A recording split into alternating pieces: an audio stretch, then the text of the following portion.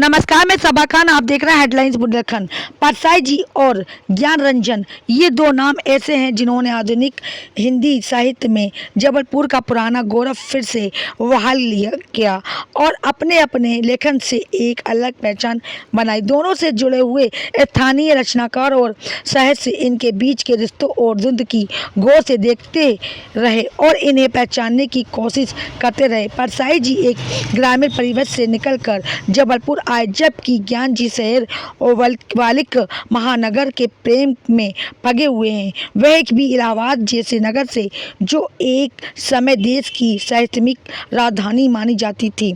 जबलपुर हिंदी के साथ ही उर्दू का भी एक मशहूर मरकज था और ज्ञान के अपने पिता रामनाथ सुमन के मीर और गालिब के साथ आए थे। परसाई जी का उर्दू प्रेम उनकी लेखन में चमक रहा था। दोनों एक दूसरे के साथ रहते हुए, काम करते हुए एक दूसरे को जानने की कोशिश में लगे थे। दोनों के पास अंतर्वेदी दृष्टि थी।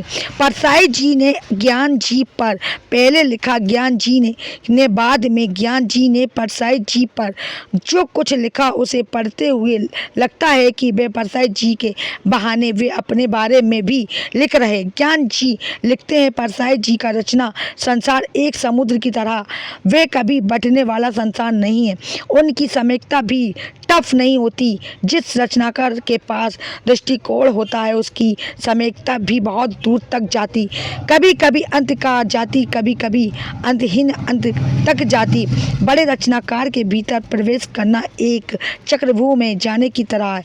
अनेक महारथी उसमें प्रवेश करते हैं और लौट नहीं पाते। इसलिए बहुत कम लोग होंगे जो ऐसे लेखक की कहानी तरह बयान कर सके। जब तक परसाई के ग्रिप से निकलकर दूर दूर से ना देखे जाए, मतलब एक बड़े स्टेज से, तब तक उन्हें मुकम्मल समझना, उन पर वास्तविक टिप्पणी करना कठिन है।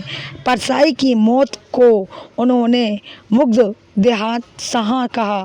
वे मानते हैं कि परसाई जी को लोग मैटनी आइडियल की तरह देखते हैं। आप देखें कि परसाई जी ने ज्ञान जी के बारे में क्या लिखा। ज्ञान रंजन से पहली मुलाकात की धुंधली सी याद है।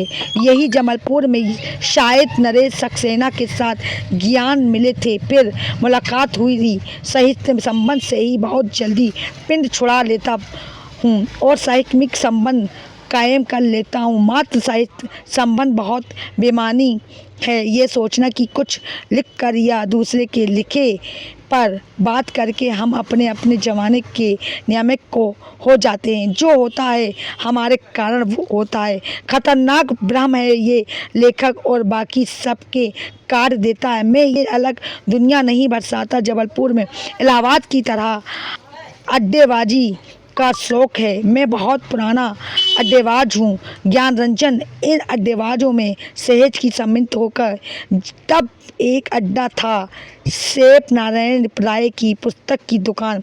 यहाँ सब तरह के लोग आते हैं, पत्रकार, वकील, राजनीतिक, ट्रेड यूनियन के नेता, 420 जुए के फ्रॉड के उस्ताद। घंटों अड्डेबाजी होती।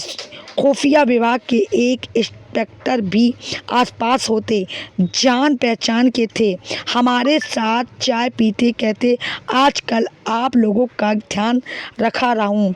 ज्ञान हिल मिल गए, बेहदकुफी हो गए। कुछ मित्रों ने दाढ़ी के कारण उन्हें बाबा जी कहना चालू कर दिया। ये सब ठीक है। ज्ञान रंजन यारवास आदमी है, स्नेह है, डट कर तप्पी है, रज नाहिल है, पर टेकन फॉर ग्रांटेड आदमी नहीं है। उनके यहाँ उन्हें होने की उम्मीद की जा रही, पर वे कहीं और है। इधर अड्डा जमा है और वे सदर में किन्हीं लोगों के साथ घूम रहे। घोषणा हो चुकी है कि किसी मीटिंग के ज्ञान बोलेंगे, विषय परिवर्तन करेंगे और बाबा जी गायब हैं। मेरे घर के पास में एक गोष्ठी हो रही है, हम उनकी राह देख रहे थे, पर बाद में मालूम हुआ कि ज्ञान आए थे, मेरे घर में बैठे रहे, तब सब की चाय भी पी चले, गोष्ठी के बचकर निकल गए।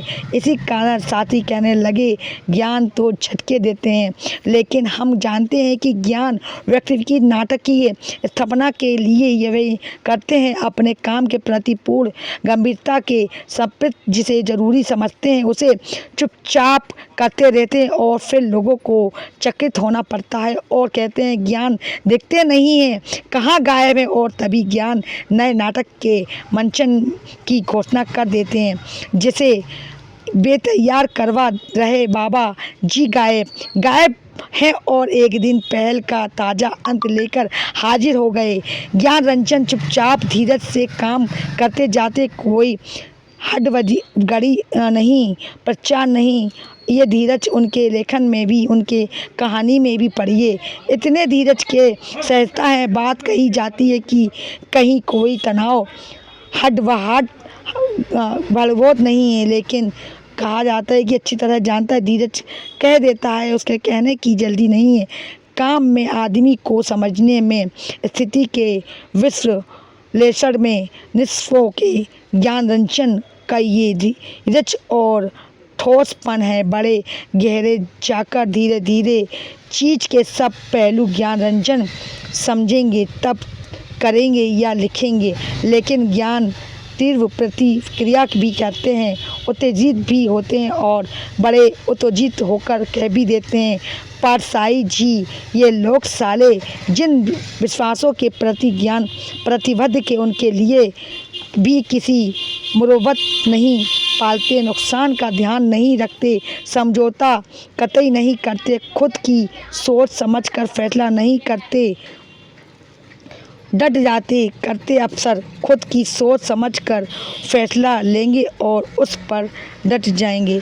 झांसी से सबा खान दबंग पत्रकार के साथ हेडलाइंस बुलेटिन की खास रिपोर्ट।